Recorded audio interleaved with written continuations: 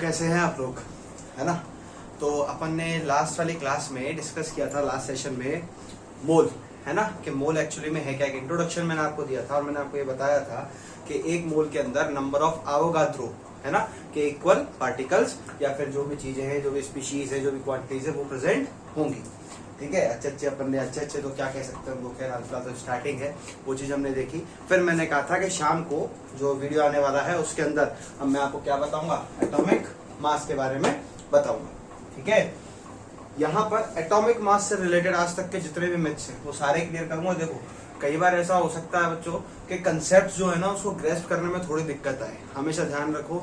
मैंने कई बार सुना भी है, कई बार मेरे पिताजी भी कहते हैं कि if your life is going so smooth then look after it, there is a problem. कोई ना कोई ऐसी प्रॉब्लम है, नहीं तो लाइफ कभी भी सीधे चलने वाली नहीं है, ये हमेशा आप ध्यान रखें। ठीक है, दिक्कत आती है, कुछ टाइम बाद अपन लाइव सेशन भी शुरू करेंगे। आप पूछ सकते हैं, आप कमेंट में लिख के मुझसे पूछ सकते हैं, है ना। जब भी आपका मन करे आप मुझे मेल कर सकते हैं, है ना, you can mail me, channel से आपको लिंक मिल जाएंगी सारी। ठीक है ना, हाल फिलहाल अभी मैंने उनमें ऐड नहीं किया है थोड़ा सा, फिर भी ठीक है ना। कुशल राज मिश्रा मेरा नाम है, आप जहाँ भी सर्च करेंगे आप ढूंढ सकते हैं मुझे। बड़ा नाम है और थोड़ा सा बड़ा होने की वजह से थोड़ा सा यूनिक हो जाता है, दिख भी जाता है कि कुशल राज मिश्रा अलग से कोई है ना। तो you can find me out on Instagram as well as Facebook, बस, है ना, इन दो जगह पे you can find me out आराम से। If you have any doubts तो आप इससे रिलेटेड मुझसे वहां क्लियर कर सकते हैं, बट ओनली डाउट्स, है ना। चलिए, तो ये चीजें हैं। तो सबसे पहले, है ना, देखो इस नाम पे अपन थोड़ा सा गौर करते हैं। This is atomic mass, right. अब एटॉमिक मास का मतलब क्या है ना। Atomic mass means mass of atom, है ना, मास ऑफ एटम। अब देखो फिजिक्स में मास और वेट अलग अलग होते हैं, राइट। हमारे यहाँ पर हम जो बोलते हैं वो मास ही बोल रहे हैं, हम वेट नहीं बोल रहे हैं, ध्यान में। ठीक है ना, तो मास of atom, mass of atom actually में डिसाइड होता है इसके अंदर प्रेजेंट कुछ चीजों से, जो इनिशियल बेसिस पे डिसाइड किया जाता है। जैसे इसके अंदर प्रेजेंट होता है इलेक्ट्रॉन E-, इसके अंदर प्रेजेंट होता है प्रोटॉन P+, और इसके अंदर ही प्रेजेंट होता है न्यूट्रॉन, है ना। न्यूट्रॉन का जो नोटेशन होता है वो ये होता है 0 and 1, है ना। इसको हम बोलते हैं इलेक्ट्रॉन, इसको हम बोलते हैं प्रोटॉन और इसको हम बोलते हैं न्यूट्रॉन, राइट। अगर इन तीनों को ऐड कर दूं, एक एटम के अंदर ये तीनों चीजें हैं जिनका कुछ ना कुछ मास है ना। ये तीनों चीजें हैं जिनका कुछ ना कुछ मास है। अगर इन तीनों के मास को मैं ऐड कर दूं तो मेरे पास मास ऑफ एटम आ जाएगा, है ना। यानी कि what can I say, mass of atom can also be written as atomic mass, है ना। एटॉमिक मास, एटॉमिक मास को रिप्रेजेंट कर लेते हैं ए से।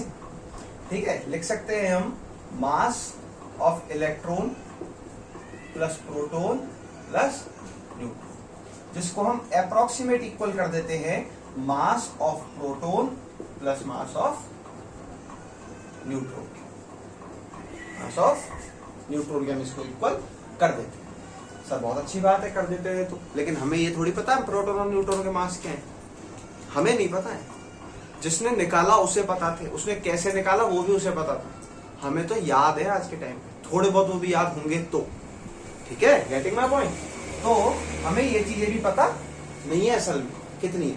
तो ये तो वो था जो इनिशियल आइडिया लगाया गया कि भैया इसके अकॉर्डिंग आप किसी भी एटम का मास निकाल सकते हो। भाई अगर मुझमें जितना मास है वो निकालना चाहते हो तो मेरे अंदर के बोन्स, मसल्स, है ना, जितने भी फंक्शन है, जितने भी ऑर्गन्स हैं, सब चीज, मेरी स्किन, मेरा ब्लड, हर चीज का वेट ला के जोड़ दो, वो मेरा वेट हो जाएगा, सही है, वही मेरा मास हो जाएगा। Am I right? कनेक्ट कर पा रहे हो चीज को, है ना। वैसे ही एटम के जो अंदर मिलते हैं, जो पार्टिकल्स, जो फंडामेंटल पार्टिकल्स है जिनसे एटम बिल्ट हुआ है, वो क्या है, इलेक्ट्रॉन, प्रोटॉन, न्यूट्रॉन। तीनों के मास को आपस में जोड़ दो तो आपको क्या मिल जाएगा, एटॉमिक मास मिल जाएगा। ये अप्रॉक्स क्यों किया ये भी मैं आपको प्रूव करके बताऊंगा। ठीक है, तो फिर जब साइंटिस्ट ने इसके ऊपर रिसर्च चालू करी कि यार हमें इसको कैसे पता लगाएं, यार किसी भी एटम का मुझे मास पता लगाना है, कैसे पता लगाऊं। तो रिसर्च करते करते करते करते करते करते उनको ये, उन्होंने एक छोटी सी चीज देखी, उन्होंने एटॉमिक मास की एक छोटी सी डेफिनेशन दी, है ना, कि हाउ मच टाइम, या अपन कहें हाउ मेनी टाइम, ज्यादा अच्छा रहेगा ना, how many times mass of an element is heavier than that of 1/12 into mass of one C12 atom. Remember the point. Remember the point here. One C12 atom. One C12 atom. है ना? Remember the point. One C12 atom के मास के 12th part से कोई भी element कितना heavier है. Sir ये आपने बनाई है डेफिनेशन? नहीं सर, ये मैंने बिल्कुल नहीं बनाई है. ये डेफिनेशन बुक्स में लिखी हुई है. स्टैंडर्ड बुक्स इसको अपन बोलते हैं, कई बार एनसीईआरटी बोलते हैं ना, कई बार नीरज कुमार पढ़ोगे तो उसमें भी लिखी हुई है. बहुत सारी ऐसी चीज, ठीक है. अच्छे जगह के अगर नोट्स पढ़ोगे, मॉड्यूल्स पढ़ोगे तो उनमें भी ये चीजें लिखी हुई है ना. इससे कितना हैवी है ये पता लगाया जाता है. पहले के जमाने में क्या होता था, जब यूनिट नहीं थी अपने पास, एसआई, एमकेएस, सीजीएस, एफपीएस, ये यूनिट सिस्टम कोई नहीं जानता था, तो उस टाइम पे कंपेयर करा जाता था. देखा तो राजा महाराजाओं कैसे बैठाए थे, इसको इसमें तोलेंगे, इसके बराबर सोना तोलेंगे. पता नहीं इतना सोना कहां से आता था, हमको दे दो यार, बहुत गरीब हो रहे हम. पता नहीं था सोना कहां से आता था उनके पास. चलो आता होगा वो तो उनकी दिक्कत है, हमारी दिक्कत थोड़ी है. हमारी दिक्कत तो है हमको मास समझना है. तो क्या करते थे, कंपैरिजन करते थे. तो कंपेयर जब करना शुरू किया तो उनको भी एक स्टैंडर्ड यूनिट चाहिए थी. तो स्टैंडर्ड यूनिट किसको माना, C12 एटम को. C12 क्या है, it is the C12 isotope of carbon. ठीक है. अब उसका भी कौन सा पार्ट, 1/12 पार्ट. अरे यार, तो सर इसका फिर हमको लिखना किस तरीके से चाहिए, अगर हम मास लिखेंगे तो. कंपैरिजन कर रहे हैं ना हम लोग क्या कर रहे हैं, कंपैरिजन कर रहे हैं. कैसे, देखो जरा एग्जांपल देखो, है ना. ऐसा पता लगा कि जब कहा गया कि atomic mass of oxygen atom, तो उसने रिसर्च करके क्या पता किया कि ये जो एटम है वो 16 टाइम्स हैवियर है. किससे, 1/12 into mass of 1 C12 atom से. अच्छा सर, हाँ सर, ये पता लगा. दूसरे एग्जांपल में उसने फिर से पता किया एटॉमिक मास ऑफ कार्बन, खुद कार्बन को ही कंपेयर कर दिया भाई साहब ने, तो उसे पता लगा कि वो भी 12 टाइम्स हैवियर है इससे.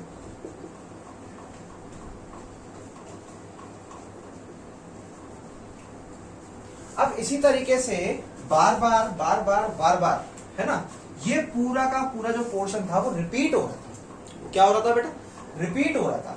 अगर ये रिपीट हो रहा था तो क्यों ना उसके दिमाग में आया कि यार क्यों ना मैं इसको एक यूनिट बना दूं. अगर रिपीटेशन मुझे बार बार देना ही है तो क्यों ना मैं इसे क्या बना दूं, एक यूनिट बना देता हूं, ताकि आने वाले जितने भी जनरेशन होंगे उनको आसानी होगी मास लिखने में. क्योंकि ऐसे कब तक कंपेयर करके लिखते रहेंगे इसको, ऐसे कब तक कंपेयर करके लिखते रहेंगे. तो उसके दिमाग में आया कि हाँ यार ऐसा कर देना चाहिए. तो उसने कहा कि let's do one thing, that 112 into mass of 1 C12 atom, इसको इक्वल कर दिया 1 AMU के, जिसको कहा गया एटॉमिक मास यूनिट. इसको कहा गया एटॉमिक मास यूनिट. अब मेरे पास थोड़ी सी जगह नहीं बची है, एक बार आप इसको नोट कीजिए, फिर अपन आगे बढ़ते.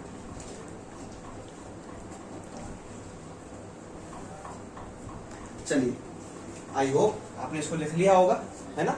और यहाँ तक आपको ये चीज थोड़ी बहुत समझ में भी आई होगी, है ना. देखो नई चीजें हैं, थोड़ा टाइम लगता है. जब समझने लगोगे, कंसेप्ट को अप्लाई करने लगोगे तो चीजें समझने भी लगोगे.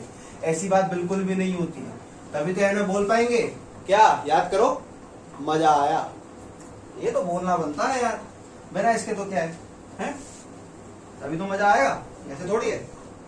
ठीक है, यानी कि अब 1 AMU उसको यूनिट बना दिया साहब उसने. चलो बहुत अच्छी बात है. तो अगर उसने यूनिट बना दिया तो है, अगर उसने यूनिट बना दिया तो ये तो बहुत ही अच्छी बात थी हमारे लिए. तो हमने क्या कहा कि नाउ है ना, अब हम लिख सकते थे कि मास ऑफ ऑक्सीजन एटम, पता उसी ने किया था. फिर से कह रहा हूं, हम पता नहीं कर रहे, पता उसी ने किया था, हम पता नहीं कर रहे. ठीक है, 16 AMU हो गया. मास ऑफ सल्फर एटम, है ना, 32 AMU हो गया. क्योंकि AMU क्या है, वो कंपैरेटिव यूनिट है, वो कंपैरेटिव क्राइटेरिया है, वो कंपैरिजन क्राइटेरिया है जिससे आप मास को कंपेयर करके निकाल रहे हो. Getting my point? बहुत बढ़िया. ठीक है। इसके बाद आए जैसे मान लो मास ऑफ सोडियम एटम हो गया, सोनिया मत बोल देना, सोडियम एटम है ये, हाँ कहीं बोल दो mass of Sonia atom, Sonia madam, Sonia madam नहीं है ये, सोडियम एटम 23 A। ठीक है, ये मास हमारे पास निकल कर आए। क्यों? क्योंकि ये बार बार उससे कंपेयर किए जा रहे थे, जब कंपेयर किए जा रहे थे तो फिर उसके ऊपर उसको बार बार लगाना पड़ रहा था।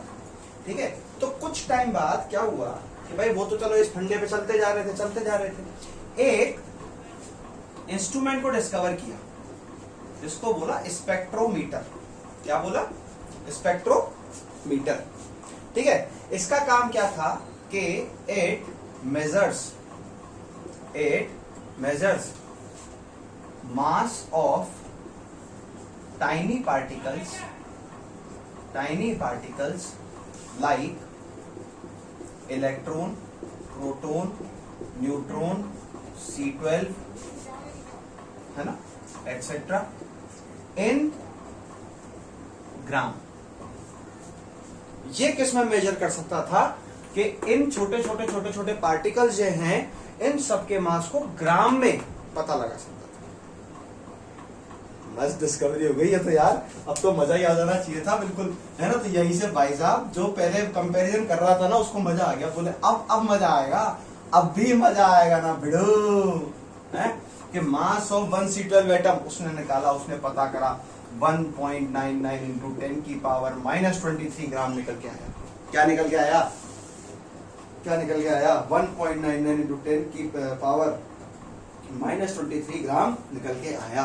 यहां से उसने कहा कि देयरफॉर मैं लिख दूंगा 1 AMU is equals to 1.99 into 10 की पावर -23 अपॉन 12 कर दूंगा, तो मेरे पास जो मास निकल कर आएगा वो मास आएगा भैया 1.66 इंटू 10 की पावर -24 ग्राम। 24 ग्राम, ये 1 AMU की वैल्यू है।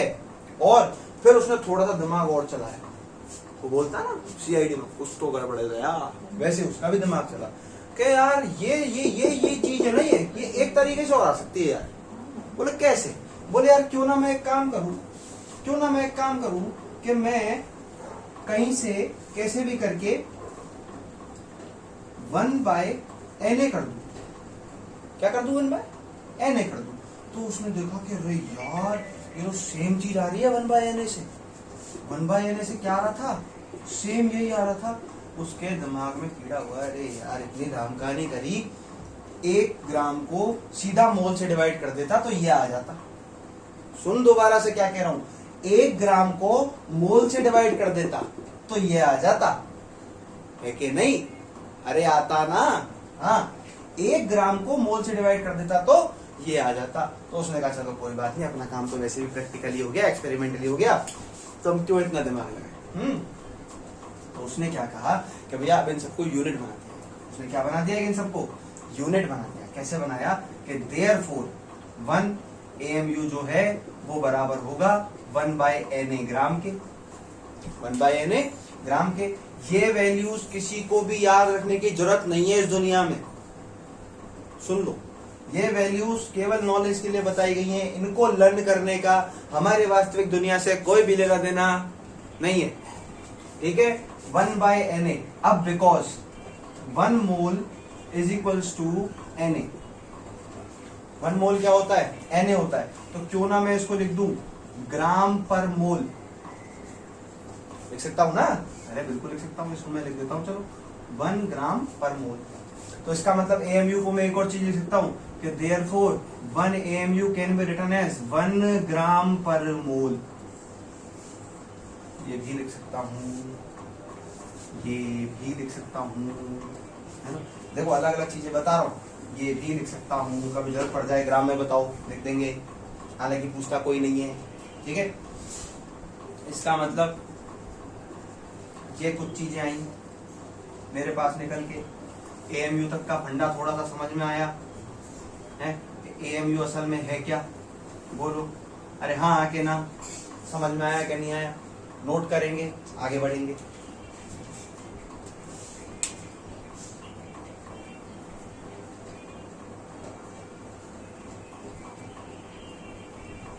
आई होप आपने नोट कर लिया होगा, है ना। चलिए इसके बाद हमारे पास जो एक नई टर्म इजाद हुई, है ना, क्योंकि अब तक तो भाई सब लोग क्या कर रहे थे, मास को लिख रहे थे एएमयू एएमयू एएमयू। अरे अलीगढ़ मुस्लिम यूनिवर्सिटी नहीं भैया, एटॉमिक मास यूनिट। हाँ, दिमाग चला रहे हो, अलग अलग जगह पे चलता है ना अपना दिमाग। हाँ बस बस मीम्स आते हैं, सब देखते हैं हम, है। तो इसी के आगे वाले टर्म में इंट्रोड्यूस किया गया ग्राम एटॉमिक मास। अब छोटी छोटी चीजें हैं, है ना, जिसको अपन बोलते हैं गाम। अरे गांव, वो गांव नहीं अपना, विलेज नहीं, GAM, गांव, है ना। ग्राम एटॉमिक मास, ग्राम एटॉमिक मास तो कुछ नहीं है, केवल, है ना, केवल रिप्रेजेंटेड इन ग्राम। किसको रिप्रेजेंट किया? एटॉमिक मास को। जैसे फॉर एग्जाम्पल अगर मैं कहूं कि gram atomic mass of hydrogen atom, तो as we know very well कि हाइड्रोजन एटम का जो मास है वो होता है 1 AMU। 1 AMU को मैं लिख सकता हूं 1/Na ग्राम, सॉरी 1 AMU को मैं लिख सकता हूं 1 × 1 ग्राम पर मोल। अभी ये बताया थोड़ी देर पहले, इसका मतलब इसकी जो वैल्यू है वो आ गई 1 ग्राम पर मोल। तो बोलो क्या आपने AMU के मास को ग्राम में बदल दिया? हाँ, अरे वाह। अरे gram of helium atom 4 AMU होता था किसी जमाने में, अभी कर दिया गया 4 ग्राम पर मोल। अरे मैं कुछ अलग लिख रहा हूं क्या? नहीं, लिख रहा हूं एकदम। ग्राम ऑफ बोला सोडियम एटम लिखो, हमने बोला लिख देंगे, कौन सी बड़ी बात है, 23 ग्राम पर मोल। All right. अब इसके बाद एक और चीज है ना, जिसको हम बोलते हैं रिलेटिव एटॉमिक मास। ये टर्म और सीख लेंगे एक बार, और इसके बाद एटॉमिक मास का कोई क्वेश्चन गलत नहीं करोगे, ये मेरी गारंटी। एटॉमिक मास का कोई सवाल गलत नहीं करोगे। अब साथ में होता क्या है कि एटॉमिक मास एक ऐसी टर्म है जो आपको याद रखनी पड़ती है। ये तो क्या एटॉमिक मास का कंसेप्ट है कि इस तरीके से डराइव हुआ, इस तरीके से आगे बढ़ा। अब जो जनरल वैल्यूज है वो आपको लर्न करनी पड़ेगी, है ना। जब वो वैल्यूज, जैसे कई कांस्टेंट्स अपन लर्न करते हैं ना, वैसे ये भी एक तरीके का मान लो कांस्टेंट है, ये लर्न करना पड़ेगा। छोटी क्लासेस में आपको सिखाते हैं डबल कर दो, अरे नहीं भैया डबल मत करना कभी भी, डबल करने से बहुत बड़ा लफड़ा हो जाता है। हाँ, डबल करने से लफड़ा हो जाता है, डबल नहीं करना है कभी, ठीक है। तो अगली जो हेडिंग हमारी आती है वो आती है रिलेटिव एटॉमिक मास। राम बोलते हैं इसको, राम जी हैं। देखो इस टर्म का मतलब समझ लो, सब समझ जाओगे, आगे बहुत काम आने वाली है। रिलेटिव का मतलब है compare to another, compare to another, है ना।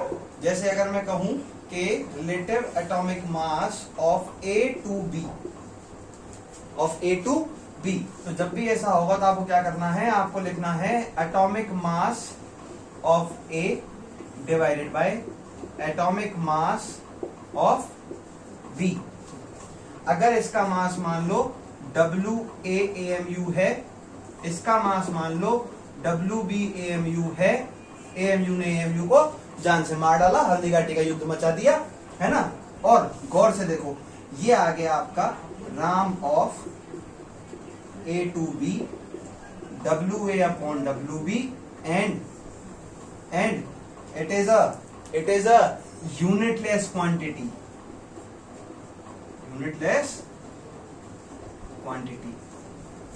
ये हमेशा क्या होती है, एक यूनिटलेस क्वांटिटी होती है ना। इसी टर्म में मैं आपको एक चीज और समझाना चाहूंगा, बस लास्ट है आज के सेशन के लिए, है ना, कि मैं आपको इसमें एक चीज और समझाना चाहूंगा ताकि आप उसको और अच्छे से प्रिपेयर कर सकें। एक बार आप इसको नोट कीजिए।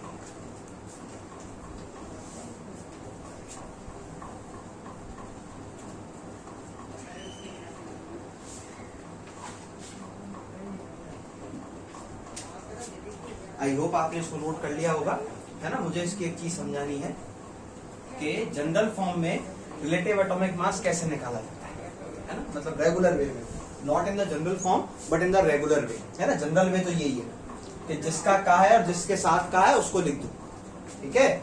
गौर करना, एक एग्जांपल से बता, ठीक है। जनरल वे में कभी भी कहे कि find out find out atomic mass, gram atomic mass and relative atomic mass of upon let's say lithium atom. ठीक है, तो क्या करेंगे हम लोग, समझना। एटॉमिक मास मैंने कहा लर्न होना चाहिए, अपने को दिमाग नहीं लगाना है ज्यादा। तो एटॉमिक मास ऑफ लिथियम हम डायरेक्ट लिखेंगे 7 AMU। अगर मुझे कहा है ग्राम atomic mass GAM of Li, तो हम डायरेक्ट लिखेंगे 7 ग्राम पर मोल। ठीक है, अब अगर मुझे कहा है कि रिलेटिव एटॉमिक मास, तो अगर कुछ ना दिया गया हो, अनलेस अदरवाइज मेंशन्ड, तो आप इसको 1 AMU से डिवाइड कर देंगे, है ना। हम क्या करते हैं, हम ये करते हैं कि 7 AMU divided by 1/12 into mass of 1C12 atom से हम इसको डिवाइड करते हैं। And you know very well now कि this quantity actually is equals to 1 AMU। So this will be cancelled out by the Haldi Ghati का मैदान युद्ध। और क्योंकि 7/1 अगर मैं करूंगा, 7/1 अगर मैं करूंगा, तो डायरेक्टली मेरे पास आ जाएगा only 7। And remember, as I said before, that relative atomic mass is a unitless quantity, है ना। That means it is unitless, इसकी कोई भी यूनिट नहीं होगी। सो भैया this was all about atomic mass, है ना। एटॉमिक मास क्या है, ग्राम एटॉमिक मास क्या है, रिलेटिव एटॉमिक मास क्या है। इसी तरह से नेक्स्ट सेशन में अपन लोग जो है अपन मॉलिक्यूलर मास की भी चर्चा करेंगे। और नेक्स्ट सेशन में ही मैं आपको बताऊंगा कि इसके अंदर जो है हमारे मासेस कितने कितने और कौन कौन से अपने को कहां तक याद होने चाहिए, है ना। वो एक छोटा सा वीडियो बना दूंगा, मुश्किल से 1 या 2 मिनट का, जिसके अंदर आप फटाफट से वो सारी चीजें देख करके और लर्न उसको कर पाएंगे आराम से।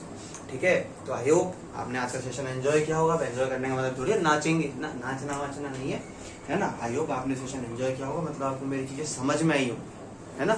मेरा मतलब ये है कहने का। ठीक है, तो stay home, stay safe, thank you, okay bye.